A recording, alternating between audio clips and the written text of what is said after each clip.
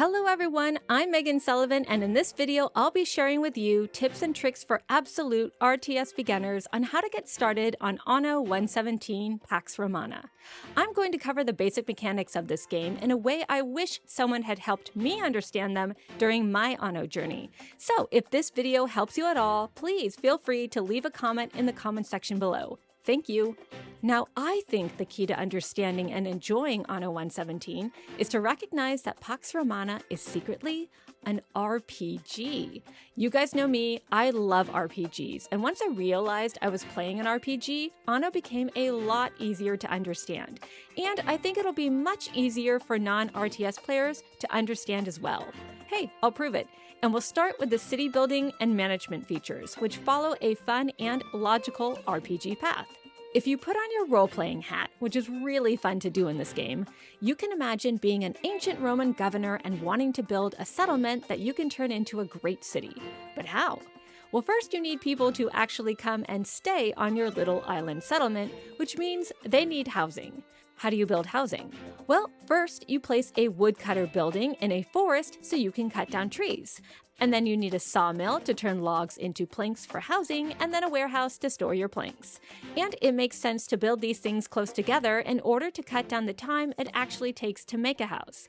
In other words, there's a whole production chain involved with building a house, and the more efficient you can make this production chain, the faster people will get things that they want or need, and they'll be very happy about it.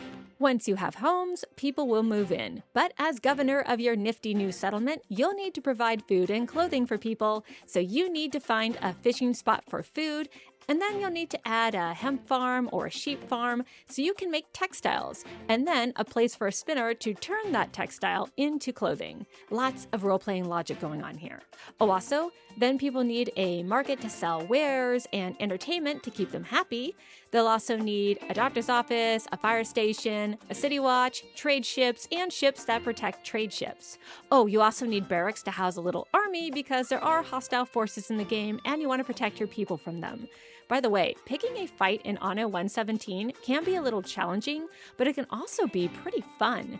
And that's because combat also has an RPG element, which is a weapons triangle. Yes, just like in Fire Emblem, there's a rock, paper, scissors mechanic to fighting, and it's pretty entertaining. So if you like RPGs like Fire Emblem, I think you'll get a kick out of this. At any rate, I know the number of buildings and production chains you end up with might sound a little overwhelming, but don't worry. These buildings unlock slowly over time as your population grows and your city gets more sophisticated. For now, you just need to focus on making sure your people are safe, happy, and healthy, which brings us to another RPG feature, or really features, that I think you're gonna like, which are stats and attributes. Now, normally stats and attributes are associated with the heroes of the story. They're the ones that affect the world around them. But in Anno, outside of your soldiers, people are pretty passive. They have attributes like health and happiness, but the people themselves don't affect things. They're affected by things. And they're affected by buildings. Buildings are the true heroes in this game. They do come with stats and attributes that affect your people's health, happiness, needs like food and entertainment, and even people's safety. Different buildings have different stats, and what's wild is that many buildings come with an area of effect spell. Okay, I know there are no spells in Anno 117, but bear with me for a second as I continue my RPG analogy. So if you've ever played an action RPG, you're familiar with area of effect spells. Like whenever you cast a healing spell in Final Fantasy XIV, whoever is in the area covered by a healing circle is going to get healed. Likewise, if an enemy is targeting your party, you'll want to stay away from the area being affected so your characters don't get hurt. Anno, and by extension other RTS games, kind of work the same way. Almost every building in Anno 117 comes with an area of effect represented by either a green arrow, which means your populace benefits from that building, or a red arrow, which may decrease people's health and happiness.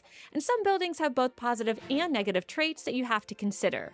On top of that, there are a small handful of buildings that have a passive area of effect that changes positive or negatively depending on the proximity of resources or the proximity of other buildings. So the woodcutter or charcoal buildings are a great example of this. At any rate, once you understand how buildings and their area of effect work, it's so much fun to tinker with, and you'll have the opportunity to get even better and more efficient at building and placing things thanks to yet another RPG element of the game, which is a skill tree. or rather 3 skill trees that are divided between economics, civics, and military skills. It's here that you can unlock things like paved roads, new military units, specialists who can help increase your city's productivity or health. You can even unlock the ability to place buildings in marshy land or gain access to drainage systems that will drain marshy land so you can put down more houses and farms that produce more things for more people. But with that said, I know how confusing and frustrating it is trying to find the right skill tree or find the right building or find anything in Anno.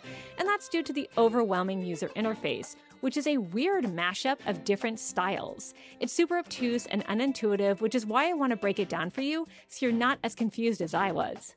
So from the very moment you start the game, you're presented with a literal Ferris wheel of icons on the bottom left of the screen. What are these? Well, as it turns out, these dials represent things like resources available around your settlement, the mini-map, buttons that let you change the time of day or how fast time flows. You can even see which way the trade winds are blowing so you can trade more efficiently. By the way, it is an RTS game, but remember there is a pause button that can help you when making major decisions. I just want to point that out. So basically, this Ferris wheel gives you access to information and actions you can do that aren't directly related to your settlement.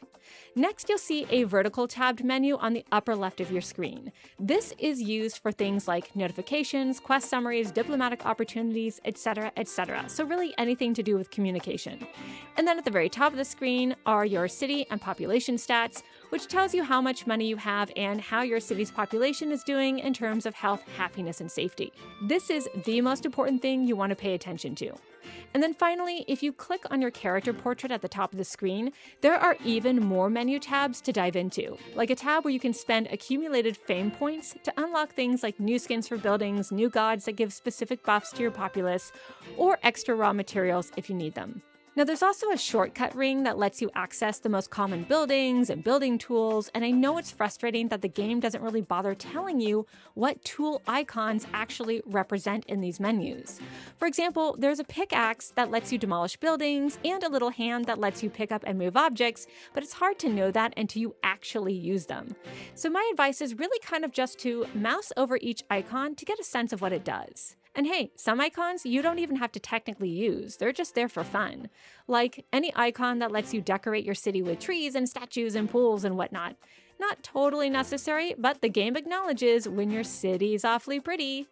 At any rate, this is just a very basic quick tutorial to try and coax people into giving Anno 117 a chance. There's a free demo on Steam, and it might also be available on consoles, so I highly encourage you to check the game out for yourself. Thanks so much for watching, guys. See you later.